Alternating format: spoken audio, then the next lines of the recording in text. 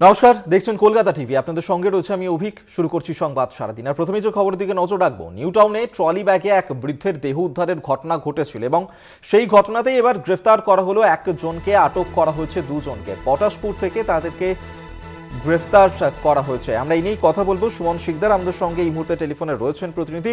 সুমন, কোন সূত্র ধরে অভিযুক্তদেরকে গ্রেফতার করা হলো? একদম দেখো, শনিবার যে নিউ টাউন কারিগরি ভবন, সেই কারিগরি ভবনের কিন্তু পিছনে একটি খাল থেকে ট্রলি ব্যাগ বন্দি দেহ উদ্ধার হয়, সেটা কিন্তু চাঞ্চল্য দেখায়। তারপরে কিন্তু ঘটনাস্থলে তড়িঘড়ি আসে টেকনোসিটি থানার পুলিশ এবং তারপরে দেখা যায় বিধাননগরের গোয়েন্দা বিভাগও ঘটনাস্থলে আসেন এবং তদন্ত শুরু করে। সেই দিনই তদন্ত প্রক্রিয়া শুরু করে এবং যার জন্য এলাকায় কিন্তু চাঞ্চল্য ছড়ায়। এবং ওই ঘটনার পূর্ব মেদিনীপুরের পটাশপুরে ভোর রাতে নাকা চেকিং এর সময় রক্তমাখা একটি গাড়ি উদ্ধার করা হয়। পুলিশের প্রথমে সন্দেহ হয়, তারপরে ওই গাড়িটিকে আটক করা হয় এবং টেকনোসিটি থানাকে যখন খবর দেওয়া হয়, টেকনোসিটি থানার পুলিশ পূর্ব মেদিনীপুরের পটাশপুরে যায় এবং তিনজনকে প্রথমে আটক করে। এই যে সৌম্যকান্তি জানা, মূল যে অভিযুক্ত, প্রথমে তাকে আটক করে, তারপরে আজ তাকে গ্রেপ্তার করা হয়। এই সৌম্যকান্তি জানাই মূল অভিযুক্ত, এমনটাই পুলিশ সূত্রে খবর। সৌম্যকান্তি জানাকে ইতিমধ্যেই বারাসাত আদালতে তোলা হয়েছে। এছাড়াও অসীম হালদার ও উত্তম দে, তাদেরকে কিন্তু আটক করা হয়েছে।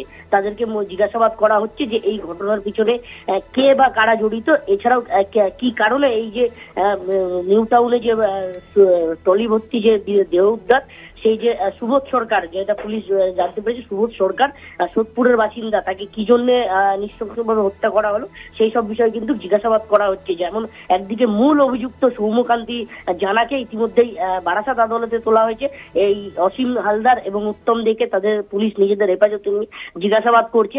এছাড়াও কিন্তু আজ দেখা গেল ঘটনাস্থলে যে নিউ টাউনের কারিগরি ভবনের পিছনে যে খাল থেকে লাল ট্রলি ব্যাগে মৃতদেহ উদ্ধার হয়, সেই ঘটনাস্থল পরিদর্শন করে কিন্তু ফরেনসিক দল। এছাড়াও কিন্তু টেকনোসিটি থানা যে অ্যাপ ক্যাপটি আটক করেছিল, সেই অ্যাপ ক্যাপ থেকে নমুনা সংগ্রহ করেছে ফরেনসিক আধিকারিকরা। বেশ, ধন্যবাদ তোমায় সুমন শিকদার। আমাদের সঙ্গে টেলিফোনে ছিলেন প্রতিনিধি। আপনাদেরকে আরেকবার জানিয়ে রাখবো, নিউ টাউনে ট্রলি ব্যাগে দেহ উদ্ধারের ঘটনা এবং সেই ঘটনাতেই 24 ঘন্টার মধ্যেই কিনারা করল পুলিশ। এবং খুনে কামারহাটি যোগ, কামারহাটির বাড়িতেই কি খুন করা হয়েছে সুবোধ সরকারকে, এই প্রশ্নই কিন্তু উঠছে। এই বাড়িতেই ভাড়া থাকতেন সৌম্যকান্তি জানা।